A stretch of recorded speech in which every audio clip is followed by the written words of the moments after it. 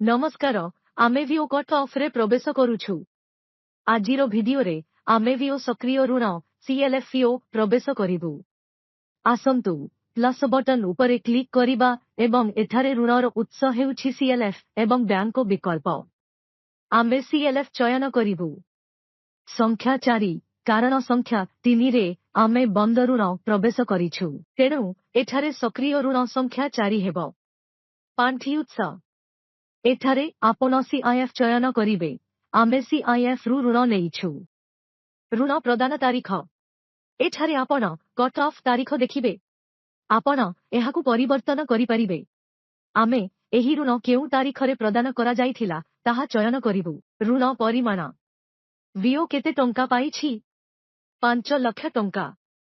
ସୁଧ ହାର ଯଦି ଭିଓ CLF ରୁ 6% ସୁଧରେ ଋଣ ପାଏ ତେବେ ସୁଧ 6% ହେବ।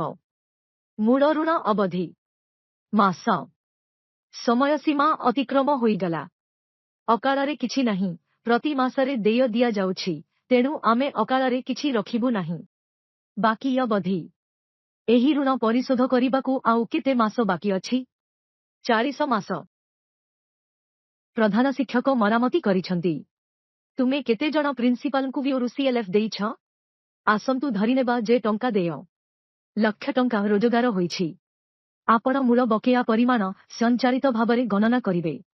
ଯଦି କିଛି ନୀତି ଶେଷ ହୋଇଯାଏ ତେବେ ଆପଣଙ୍କୁ ଏହାକୁ ଏଠାରେ ପ୍ରବେଶ କରିବାକୁ ପଡ଼ିବ ଏବଂ ଯଦି ସୁଧ ଶେଷ ହୋଇଯାଏ ତେବେ ଆପଣ ଏହାକୁ ଏଠାରେ ପ୍ରବେଶ କରିବେ। କିସ୍ତି ପରିମାଣ ସଞ୍ଚାଳିତ ଭାବରେ ଗଣନା କରାଯିବ।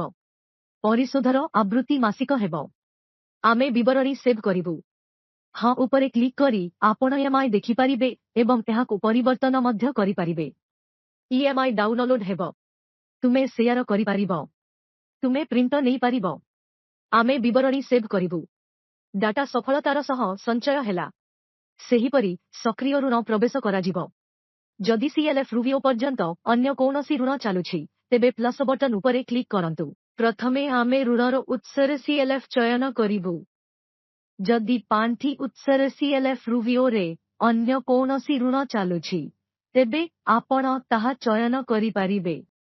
ଯଦି ବ୍ୟାଙ୍କରୁ କୌଣସି ସକ୍ରିୟ ଋଣ ଅଛି ତେବେ ବ୍ୟାଙ୍କ ଚୟନ କରିବା ପରେ ବ୍ୟାଙ୍କ ସକ୍ରିୟ ଋଣ ମଧ୍ୟ ଏଠାରେ ପ୍ରବେଶ କରାଯିବ। ଧନ୍ୟବାଦ।